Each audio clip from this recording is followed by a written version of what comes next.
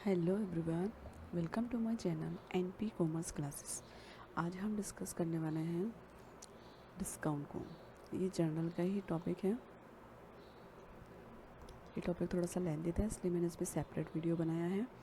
Journal में हमने कुछ थ्योरेटिकल कंसेप्ट और जर्नल एंट्रीज के बारे में समझा था। आज हम जर्नल के आगे का पार्ट डिस्कस करेंगे, जिसके अंदर हम डिस्काउंट को देखेंगे कि ट्रेड डिस्काउंट, कैश डिस्काउंट और रिबेट क्या होता है। और इसके अलावा और कुछ एक पॉइंट्स थे रिमेनिंग जो उसमें रह गए थे, वो भी हम आज के सेशन में डिस्कस करेंगे। तो चलिए स्टार्ट करते हैं डिस्काउंट को। डिस्काउंट कितने तरीके का होता है? डिस्काउंट होता है मेनली टू टाइप्स का, ट्रेड डिस्काउंट और कैश डिस्काउंट। रिबेट जो है वो भी एक डिस्काउंट की कैटेगरी में ही आता है। इसको भी हम इसी वीडियो के अंदर आगे अच्छे से डिस्कस करेंगे। सबसे पहला है आपका ट्रेड डिस्काउंट। ट्रेड डिस्काउंट क्या होता है? ट्रेड डिस्काउंट होते हैं कि जो थोक व्यापारी होते हैं, यानी कि बड़े लेवल पर जो बिजनेस कर रहे हैं, वो जब फुटकर व्यापारी को माल बेचते हैं और उनको ये कहते हैं कि आप माल को ज़्यादा से ज़्यादा खरीदो, तो वो ज़्यादा से ज़्यादा कब खरीदेंगे? जब वो उनको ऑफ़र देंगे कि आपको हम कुछ परसेंट जो है डिस्काउंट देंगे। अगर आप इतना माल खरीदोगे, इतने क्वांटिटी में खरीदोगे पर्टिकुलर टाइम पर, तो हम आपको इतना परसेंट जो है डिस्काउंट देंगे। तो ये जो कुछ परसेंटेज डिस्काउंट दिया उन्होंने माल की खरीद को बढ़ाने के लिए, तो ये हमारे लिए क्या कहलाता है? ट्रेड डिस्काउंट कहलाता है। ठीक है, बहुत सिंपल है। और इस ट्रेड डिस्काउंट को जब भी आप जर्नल में एंट्री करोगे तो इसकी कोई अलग से एंट्री नहीं होगी।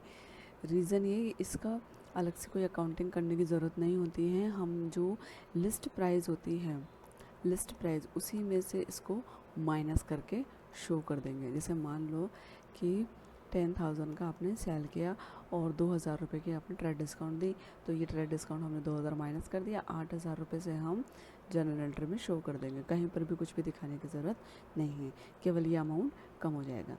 यही डिफरेंस है ट्रेड और कैश डिस्काउंट में। कैश डिस्काउंट इसका जस्ट ऑपोजिट होता है कि उसमें क्या होता है, भुगतान आप कितनी जल्दी कर दोगे, उसके लिए आपको कैश डिस्काउंट दिया जाता है कि कुछ परसेंटेज बता देते हैं, वो परसेंटेज से हम उसको डिस्काउंट देते हैं। बस फ़र्क इतना है कि ट्रेड डिस्काउंट के हमने एंट्री नहीं की, जबकि कैश डिस्काउंट की हमें एंट्री करनी होती है। जैसे कि एग्जांपल में देखो, एक व्यापारी ने 1 लाख रुपए का माल 20% डिस्काउंट पर नगद बेचता है, तो उसके लिए क्या प्रविष्टि होगी?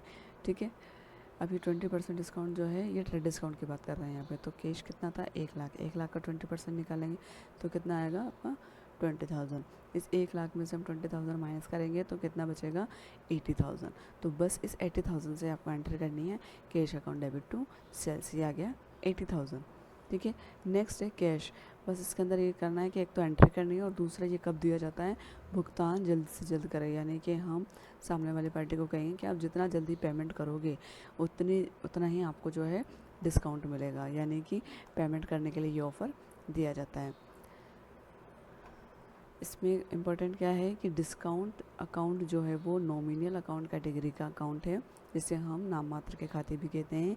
और जब हम छूट देते हैं तो यह हमारे लिए एक्सपेंसेस बन जाते हैं। डिस्काउंट, दो तरह की डिस्काउंट की बात की जाएगी। एक होगा आपका डिस्काउंट अलाउड और एक होगा आपका डिस्काउंट रिसीव्ड। ठीक है, तो डिस्काउंट अलाउड हमारे लिए क्या है? आपने डिस्काउंट दिया, इसका मतलब ये आपके लिए क्या हो गया? खर्चा हो गया। तो खर्चा हो गया तो खर्चा और जो हानि होती है उसको हम नॉमिनल अकाउंट की कैटेगरी में क्या कर देते हैं? डेबिट कर देते हैं। ये रूल्स मैंने क्लासिफिकेशन ऑफ अकाउंट्स में बहुत अच्छे से समझा रखे हैं। आपने अगर वो वीडियो नहीं देखा है तो उसका लिंक आपको डिस्क्रिप्शन बॉक्स में मिल जाएगा, या प्लेलिस्ट में जाकर के भी ये वीडियो देख सकते हैं। नॉमिनल अकाउंट क्या होते हैं, रियल अकाउंट क्या होता है, किस तरीके की कैटेगरी के अकॉर्डिंग अकाउंट्स को क्लासीफाई किया गया, ये सब मैंने अच्छे से वहाँ समझा रखा है। ठीक है, तो ये था आपका डिस्काउंट अलाउड। डिस्काउंट अलाउड को खर्चा मान के हम क्या कर देंगे? डेबिट कर देंगे। और जब डिस्काउंट रिसीव्ड होगा, ये हमारे लिए क्या होती है? इनकम होती है। तो नॉमिनल अकाउंट के अकॉर्डिंग जो रूल्स फॉलो होता है उसमें क्या होता है कि इनकम और सभी प्रॉफिट गेन को हम क्या करते हैं? क्रेडिट करते हैं। तो उसको हम क्या कर देंगे? क्रेडिट कर देंगे। बस यही बात लिखी है इस नोट में। डिफरेंस देख लेते हैं कि कैश डिस्काउंट और ट्रेड डिस्काउंट में क्या डिफरेंस होता है। मेन तो है कि ये छूट जो है थोक व्यापारी द्वारा, निर्माता द्वारा या माल की बिक्री के समय सूची मूल्य पर एक निश्चित प्रतिशत के रूप में फुटकर व्यापारियों को दी जाती है, जो मैंने ऊपर आपको बता दिया है। नगद छूट जो है वो ग्राहकों को तुरंत अथवा एक निश्चित समय के अंदर भुगतान करने पर दी जाती हैं। बस ये चीज़ ध्यान रखनी है, इसमें भुगतान करने पे दी जाती है। जबकि इसके अंदर क्या होता है? माल की बिक्री को बढ़ाने के लिए, कि ज़्यादा से ज़्यादा लोग माल को को खरीदें। ये छूट कब दी जाती है? ये तब दी जाती है जब माल एक निश्चित मात्रा में खरीदा जाता है, ठीक है। और ये तब दी जाती है जब भुगतान निश्चित समय पर या उससे पहले किया जाता है। इसका मेन ऑब्जेक्टिव है छोटे व्यापारी या सूची मूल्य पर माल बेचकर कुछ लाभ कमा सके, यानी कि ज़्यादा से ज़्यादा वो आपका जो है माल बेचेगा, माल बेचने से उसको मुनाफा होगा, तो मुनाफा कमाना है, प्रॉफिट अर्न करना इसका मेन ऑब्जेक्टिव होता है। जबकि इसका मेन ऑब्जेक्टिव होता है समय पर और निश्चित समय पर, शीघ्र और निश्चित समय पर भुगतान को प्रोत्साहित करना कि जल्द से जल्द जो है पार्टी पेमेंट करे। अकाउंटिंग में क्या होता है कि इसकी कोई अकाउंटिंग नहीं की जाती, अलग से कोई एंट्री नहीं करनी है, जबकि इसका पुस्तकों में आपको अलग से लेखा करना होता है। बीजेक में से घटाना, ये रकम बीजेक में से घटाई जाती है, मतलब जो प्राइस गिवन हो गया आपको उसमें से हम कम करके दिखा देंगे, जबकि इसकी रकम को हम कम करके नहीं दिखाते बल्कि डेबिट करके एंट्री में शो कर देते हैं। नेक्स्ट है, ये एग्जांपल दिया हुआ है, देखो जब अगर दोनों डिस्काउंट आपको दिए हुए हों, ट्रेड डिस्काउंट भी दिया हुआ हो और कैश डिस्काउंट भी दिया हुआ हो, जब दोनों डिस्काउंट आपको क्वेश्चन में एक साथ गिवन हो तो उस केसेस में हमको क्या करना है कि जो प्राइस हमारे पास गिवन है, जैसे 20,000 का माल था, तो आपको सबसे पहले ट्रेड डिस्काउंट को उसमें से कम करना है। इसी तरीके से क्रम के अंदर चलना है, गलत नहीं करना है। सबसे पहले आपको ट्रेड डिस्काउंट कम करना है, ट्रेड डिस्काउंट लेस करने के बाद जो रिमेनिंग अमाउंट आएगा उसमें से हम कैश डिस्काउंट को माइनस करेंगे। जैसे कि 20,000 का माल था, 10% उस पर ट्रेड डिस्काउंट दिया और 2% उस पर कैश डिस्काउंट दिया, तो लिस्ट प्राइस हमने लिखी 20,000, इसमें से हम सबसे पहले क्या कम करेंगे, लेस 10% डिस्काउंट, कितना हो गया 2,000, रिमेनिंग अमाउंट कितना बचा 18,000। अब इस 18,000 में से आप क्या लेस करेंगे, cash discount at the rate 2%। इस 18,000 का ही हम, इस ध्यान रखना है, इस 18,000 का ही निकालना है, इस 20,000 पे नहीं निकालना, क्योंकि अभी 20,000 नहीं रहा, ट्रेड डिस्काउंट लेस करने के बाद में 18,000 बचा। अगर ट्रेड डिस्काउंट क्वेश्चन में गिवन नहीं होता तब हम 20,000 पर ही अमाउंट इसकी डिस्काउंट की कैलकुलेशन करते हैं। तो यहाँ 18,000 पर आपको 2% निकालना है जो कि 360 आएगा, डिफरेंस अमाउंट निकालेंगे तो 17,640। ये अमाउंट आपको क्या करना है, पे करना है। It means that ₹17,640 will be paid if he payment is made in cash.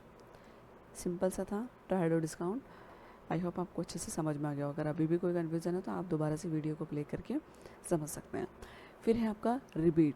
Rebate क्या होता है, जो हम ऊपर दो तरीके के डिस्काउंट पढ़ करके आए, ट्रेड और कैश डिस्काउंट, इससे थोड़ा सा इसकी कंसेप्ट डिफरेंट होती है। मतलब जिस रीज़न की वजह से ये दिया गया और जिस रीज़न की वजह से आपने कैश डिस्काउंट दिया, उन रीजंस के अलावा जो और रीजंस होते हैं उसकी वजह से आप रिबेट देते हो।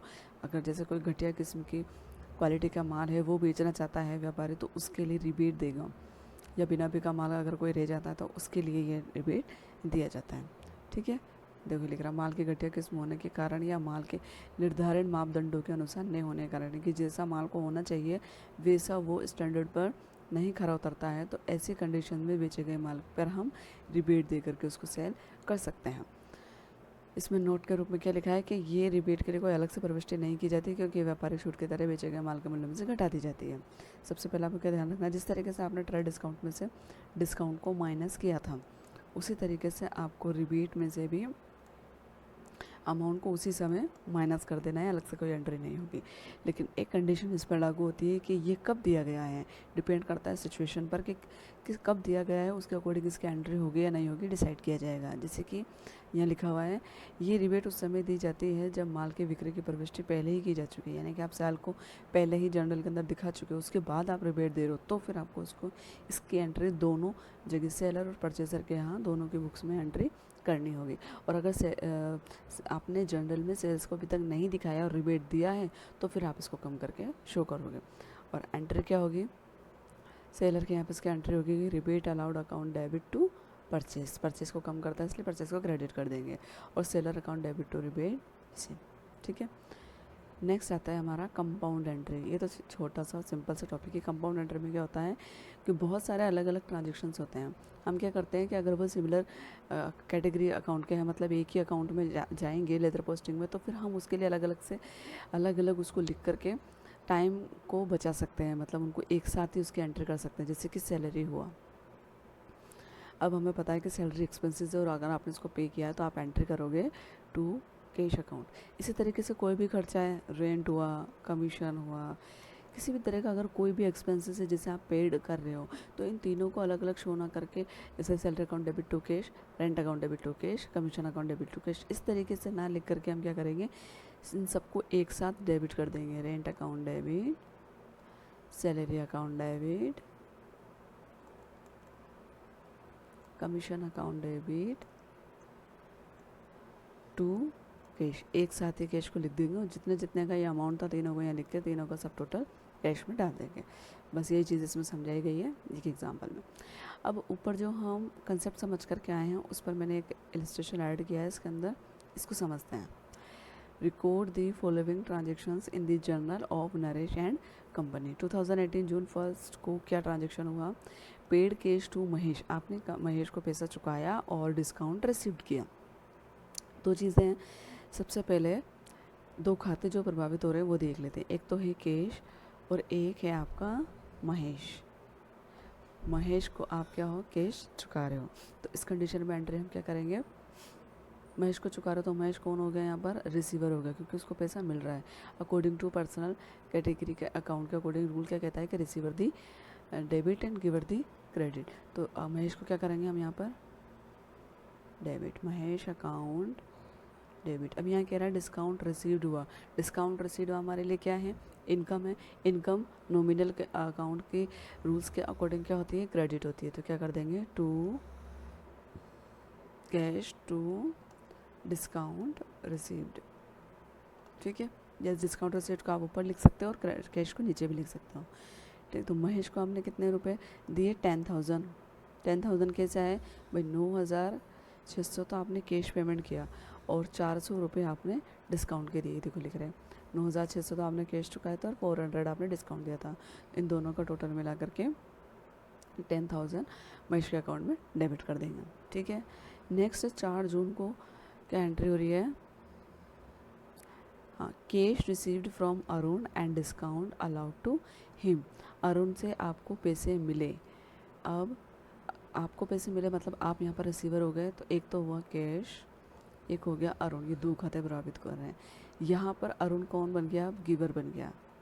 गिवर बन गया तो हम इसको क्या कर देंगे, क्रेडिट कर देंगे, और कैश को हम क्या कर देंगे, डेबिट, क्योंकि हमारे पास कैश आ रहा है। आने वाली चीज़ को हम क्या करते हैं, debit, cash account debit. Income भी आपके लिए, इनके पास इनकम आपने डिस्काउंट दिया, आपको जब पैसे मिलते हैं तो आप डिस्काउंट देते हो, तो डिस्काउंट देते हो उस कंडीशन में डिस्काउंट अलाउड माना जाता है। तो डिस्काउंट अलाउड भी एक तरीके से खर्चा है, और खर्चे को हम नॉमिनल कैटेगरी के अकाउंट के अकॉर्डिंग डेबिट करते हैं। तो यहाँ क्या आ जाएगा, discount allowed account debit to Arun, ठीक है। कितना है, 4,900 तो आपके कैश में आ जाएगा और 100 आपका डिस्काउंट में आ जाएगा और 5,000 आपका अरुण के अकाउंट में चला जाएगा, ठीक है। यहाँ तक समझ आया। अब नेक्स्ट है आपका गुड्स सोल्ड टू हरीश। इससे पहले वाले वीडियो के अंदर भी मैंने आपको कैश सेल्स और क्रेडिट सेल्स को पहचानना बताया था। अगर क्वेश्चन के अंदर किसी पर्सन का नाम लिखा हुआ है सेल्स के आगे, दैट मीन्स वो उधारी पर बेचा गया माल है, क्या है, क्रेडिट, तो हम इसे क्रेडिट मान करके ट्रीट करेंगे। और अगर नाम ना दे करके कैश दे दे तो उसको नगद मानेंगे, और अगर नाम भी दे दे और कैश भी दे तो उस कंडीशन में कैश ही मानना है। अब यहाँ कुछ नहीं दिया हुआ, सिर्फ नाम दिया हुआ, तो हम क्या मानेंगे कि माल उधारी पे बेचा गया है। तो उधारी पे माल बेचे गए माल के हम क्या एंट्री करते हैं, पर्टिकुलर उस पर्सन का नाम आ जाता है जिसको आपने माल बेचा है, Harish account debit to sale, ठीक है। 30,000 से एंटर कर देंगे। नेक्स्ट है हरीश रिटर्न गुड्स। रिटर्न के अंदर ये चीज़ ध्यान रखनी है कि अगर पर्सन का नाम दिया हुआ है तो आप देख लो कि उस पर्सन से आपने क्या ट्रांजेक्शन किया था, परचेस का किया था या सेल्स का किया था। अब यहाँ हरीश से अभी अपन ट्रांजेक्शन करके आए सेल्स का, आपने हरीश को माल बेचा था, अब हरीश से माल वापस आ रहा है तो रिटर्न हो गया, तो क्या हो जाएगा, सेल्स रिटर्न बन जाएगा। तो सेल्स रिटर्न को हम क्या करते हैं, डेबिट करते हैं। Sales return account debit to Harish, ठीक है, 2,000 से। नेक्स्ट है received cash from Harish 27,500 in full settlement of his account. अब यहाँ पर कह रहा है कि हरीश के फुल सेटलमेंट किया आपने, यानी कि अब तक जो भी लेन देन हुआ है हरीश से, अब उसका फाइनल सेटलमेंट हो चुका है और फाइनल सेटलमेंट में आपको 27,500 रुपीज़ मिले हैं। अब हमको इसके एंट्री करने से पहले ये पता लगाना होगा कि हरीश से कितना ड्यू चल रहा था, कितना अब तक लेन देन हो चुका है, और उसके अकॉर्डिंग हमने अगर फुल सेटलमेंट किया है तो क्या कोई डिस्काउंट लिया है, दिया है, कुछ कम ज़्यादा हुआ है क्या, ये चीज़ पता करनी है। 30,000 रुपये का माल था, 30,000 में से 2,000 रुपये तो आप वैसे रिटर्न कर चुके हो। 30,000 में से 2,000 का माल तो पहले ही रिटर्न में आ चुका है, तो बाकी का अमाउंट कितना बचा, 28,000। अब इस 28,000 में से भी उसने 27,500 ही पे किया, इसका मतलब 500 रुपये उसने कम पे किया, तो वो किसका होगा, डिस्काउंट का होगा। तो अब हरीश से हमको मिला है तो कैश, इस कंडीशन में हम क्या करेंगे, कैश अकाउंट डेबिट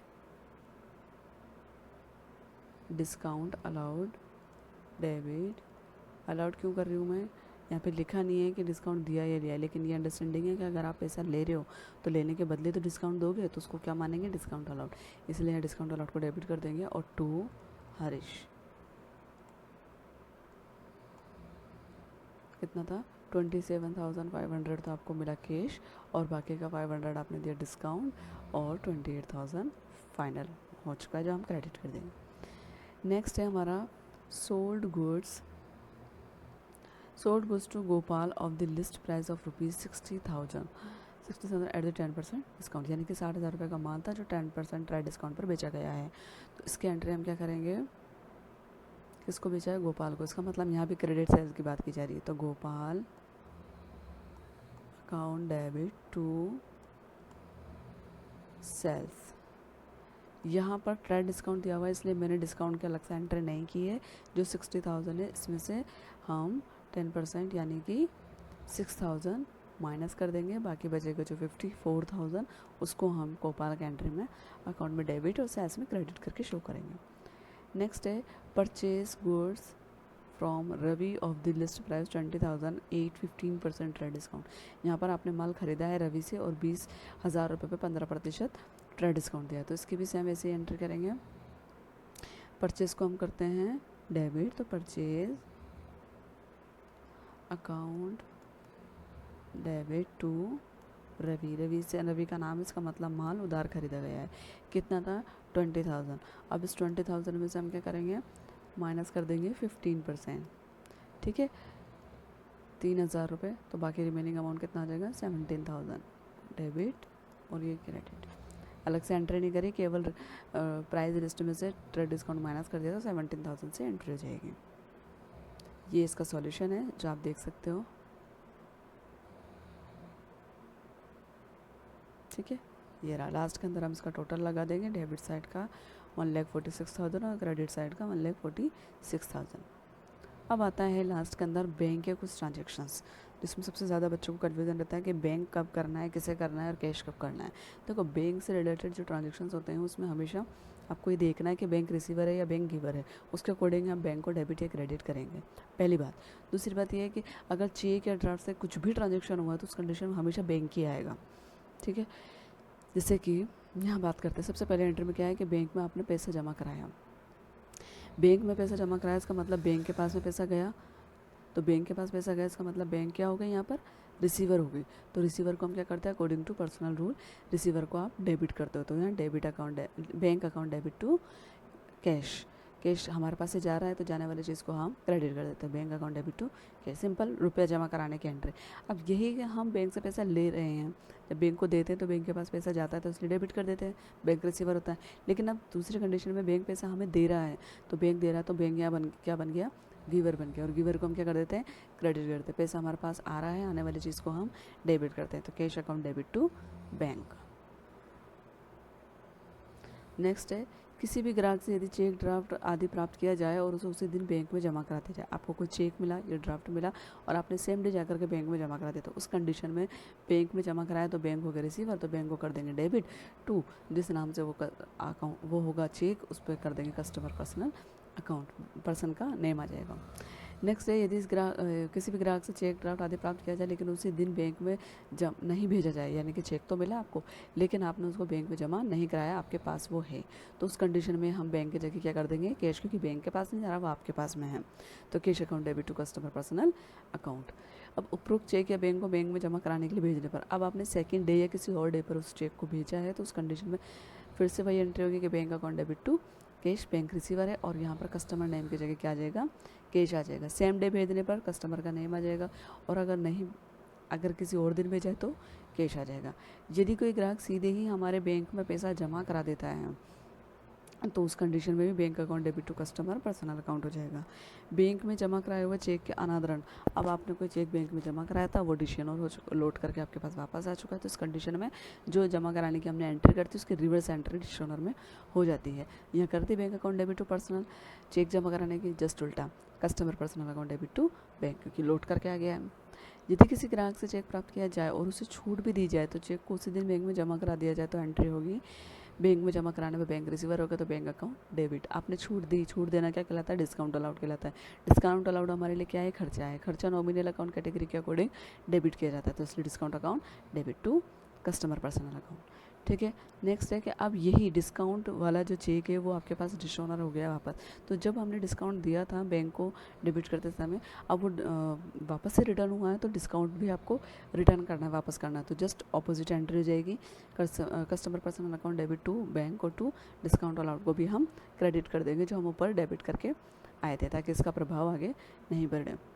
अब किसी भी व्यक्ति को हमने चेक इशू किया तो चेक इशू करने पे सिंपल है कि उस व्यक्ति को, जिस व्यक्ति को आप दे रहे हो उसका नाम आ जाएगा, टू डेबिट टू बैंक, यानी कि personal account debit to bank हो जाएगा। चेक द्वारा व्यवसाय का कोई खर्चा भुगतान करने पर, अगर बिजनेस का कोई खर्चा किया, लिख रहा है सीधा सीधा कि बिजनेस का, व्यवसाय का कोई खर्चा भुगतान किया है तो उसको एक्सपेंसेस मान करके हम डेबिट करेंगे। वो एक्सपेंसेस किसी भी तरह का हो सकता है, और क्योंकि चेक से किया है तो चेक की जगह क्या, कैश की जगह क्या आ जाएगा, बैंक आ जाएगा। Expenses account debit to bank, यही खर्चा अगर चेक से ना करके वो कैश से पेमेंट करता तो बैंक की जगह क्या आ जाता, कैश आ जाता। नेक्स्ट है, व्यवसाय के स्वामी द्वारा निजी प्रयोग के लिए बैंक से रुपये निकालने पर।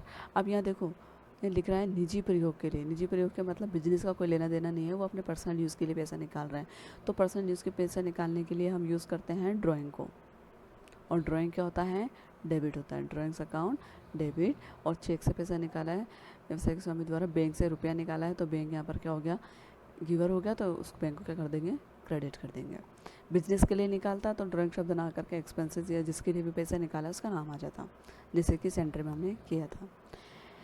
नेक्स्ट है कि बैंक द्वारा ब्याज वसूलने पर आपसे बैंक ने कोई इंटरेस्ट चार्ज किया, तो बैंक जब इंटरेस्ट चार्ज करेगा तो उस इंटरेस्ट को खर्चा मान के, खर्चे डेबिट होते हैं तो हम क्या कर देंगे, debit, interest account debit to bank. ठीक है, अब बैंक द्वारा जमा राशि पर ब्याज देने पर, बैंक हमें ब्याज दे रहा है तो इंटरेस्ट हमें रिसीव्ड हो रहा है, इस कंडीशन में bank account debit to interest received.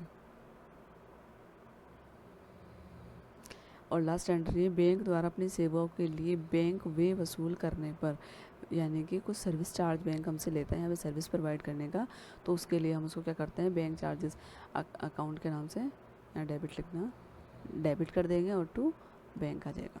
ठीक है,